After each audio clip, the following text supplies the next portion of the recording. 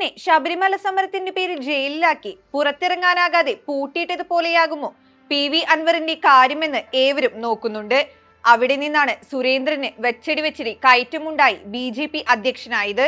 ഇപ്പോൾ അൻവറിന്റെ അവസ്ഥയും അതേപോലെയാണ്. പ്രതിപക്ഷത്തെയും മാധ്യമങ്ങളെയും മുന്നും പിന്നും നോക്കാതെ ആക്രമിക്കാൻ അടുത്തിടെ വരെ CPMന്റെ ആയുധമായിരുന്നു PV അൻവർ. ഒടുവിൽ പാർട്ടിയുമായി തെറ്റി ഭരണപക്ഷത്തെയാകെ വെറുപ്പിച്ചാണ് അൻവർ അറസ്റ്റിലാകുന്നത്. അൻവറിനെ പുകഴ്ത്തിയവർ തന്നെ ഇകഴ്ത്തുന്ന കാഴ്ചയാണ് രണ്ടാം പിണറായി സർക്കാരിന്റെ ഭരണകാലയളവിൽ കണ്ടത്. ഇതിൽ മുഖ്യമന്ത്രി പിണറായി വിജയനും ഉൾപ്പെടും. ഇതിനിടെയാണ് വന്യജീവി ആക്രമണത്തിനെതിരെയുള്ള മാർച്ച് നടത്താൻ അൻവറും സംഘവും രംഗത്തിറങ്ങിയത്. കഴിഞ്ഞ ദിവസം കരുളായിയിൽ യുവാവിനെ കാട്ടാന ചവിട്ടിക്കൊന്ന സംഭവം കൂടിയുണ്ടായതോടെ ഫോറസ്റ്റ് ഓഫീസിലേക്ക് മാർച്ച് നടത്തി. ഇത് അക്രമങ്ങളിലേക്ക് പോവുകയും പൊതുമുതൽ നശിപ്പിച്ചതിന് പോലീസ് കേസെടുക്കുകയും ചെയ്തു.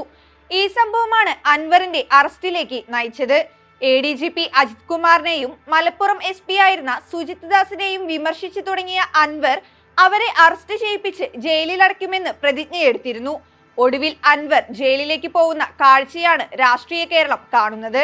താൻ ജീവിച്ചിരിക്കുന്നിടത്തോളം കാലം അജിത് കുമാറിനെ DGP ആക്കില്ലെന്നും ജയിലിൽ അടയ്ക്കുമെന്നും കഴിഞ്ഞ ദിവസവും അൻവർ പറഞ്ഞിരുന്നു.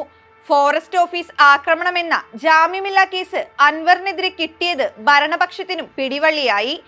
അൻവർ പോലീസിനെതിരെ ഉന്നയിച്ച ആരോപണങ്ങളിൽ പരാതി എഴുതി വാങ്ങി വിവാദം അവസാനിപ്പിക്കാനായിരുന്നു മുഖ്യമന്ത്രിയും പാർട്ടിയും ആദ്യം ശ്രമിച്ചത്.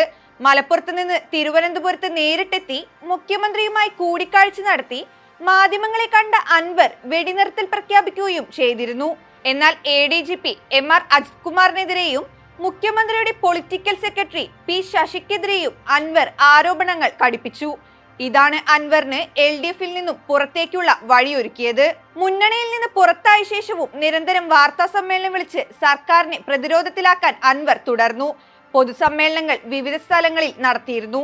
പല പാർട്ടികളിലേക്കും ചേക്കേറാനുള്ള ശ്രമം നടത്തിയെങ്കിലും ഒടുവിൽ DMK എന്ന കക്ഷിയുണ്ടാക്കി. ചേലക്കരയിൽ DMKയുടെ സ്ഥാനാർത്ഥി മത്സരിച്ചെങ്കിലും കാര്യമായ ചലനമുണ്ടാക്കാൻ പിന്നീട് അൻവറിന് കഴിഞ്ഞില്ല. ഇതിനിടെയാണ് അൻവറിന് ജയിലിലേക്കുള്ള വഴി അദ്ദേഹം തന്നെ വെട്ടിത്തെളിച്ചത്. അതേസമയം നിലമ്പൂർ ഫോറസ്റ്റ് ഓഫീസ് തകർത്തതിൽ അറസ്റ്റിലായ PV അൻവർ MLA 14 ദിവസത്തേക്ക് റിമാൻഡ് ചെയ്തു.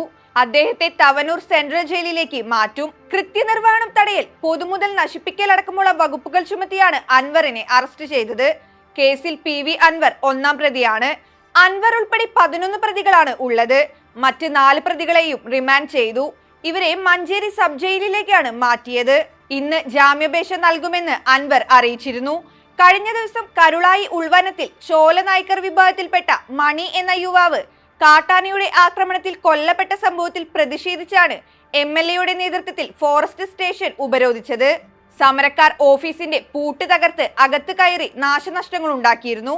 ഇതേ തുടർന്നാണ് പോലീസ് നടപടി ഉണ്ടായത്. ജയിലിൽ നിന്ന് പുറത്തു വന്നതിന് ശേഷം ശക്തമായ പോരാട്ടം സംഘടിപ്പിക്കുമെന്നാണ് PV അൻവറിന്റെ ഫേസ്ബുക്ക് പോസ്റ്റ്. റിമാൻഡ് ചെയ്തതിന് തൊട്ടു പിന്നാലെയാണ് PV അൻവറിന്റെ ഫേസ്ബുക്ക് പേജിൽ പുതിയ പോസ്റ്റ് പ്രസിദ്ധീകരിച്ചത്.